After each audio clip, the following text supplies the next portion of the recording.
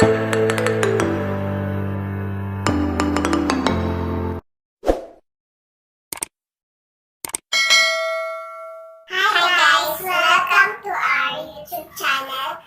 today, papakita namin sa inyo kung paano kami mag-make up sa akin everyday look.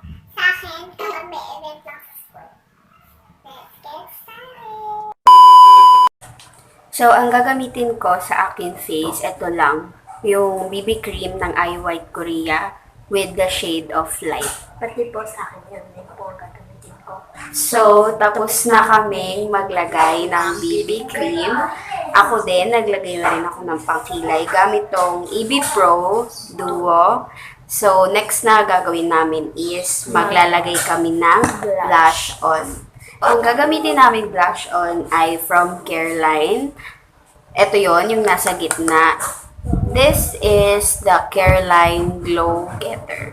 So, ang laman niya, contour, blush on, tapos highlight. O, di ba? Parang isang, kapag kaalis ka, isang dalahan na lang. Magagamit mo na siya ng sa iba-ibang... Stop it.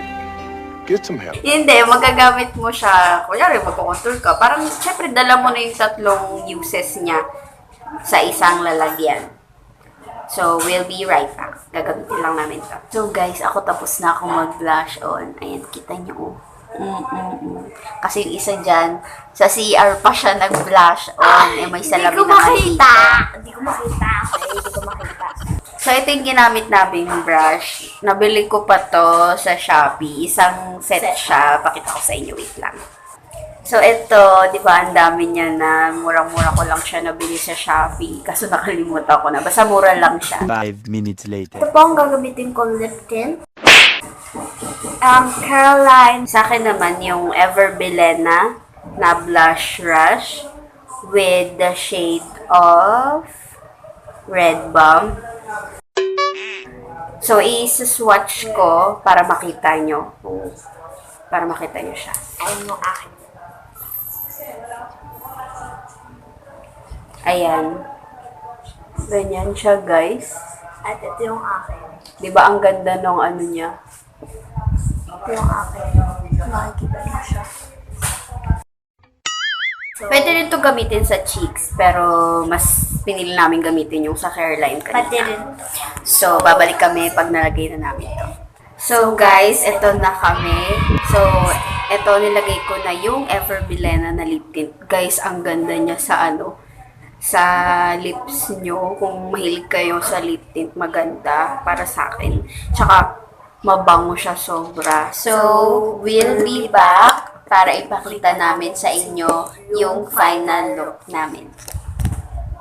So, guys, nasa CR na naman siya. Favorite niya talaga magsalamin dun. Ako, nag-aantay na ako dito. Char. Babalik kami. So, bago ko pala makalimutan, guys, ang last touch ko pala sa aking face is ito, powder. Ginamit ko is yung from Maybelline. Ayan, Maybelline New York.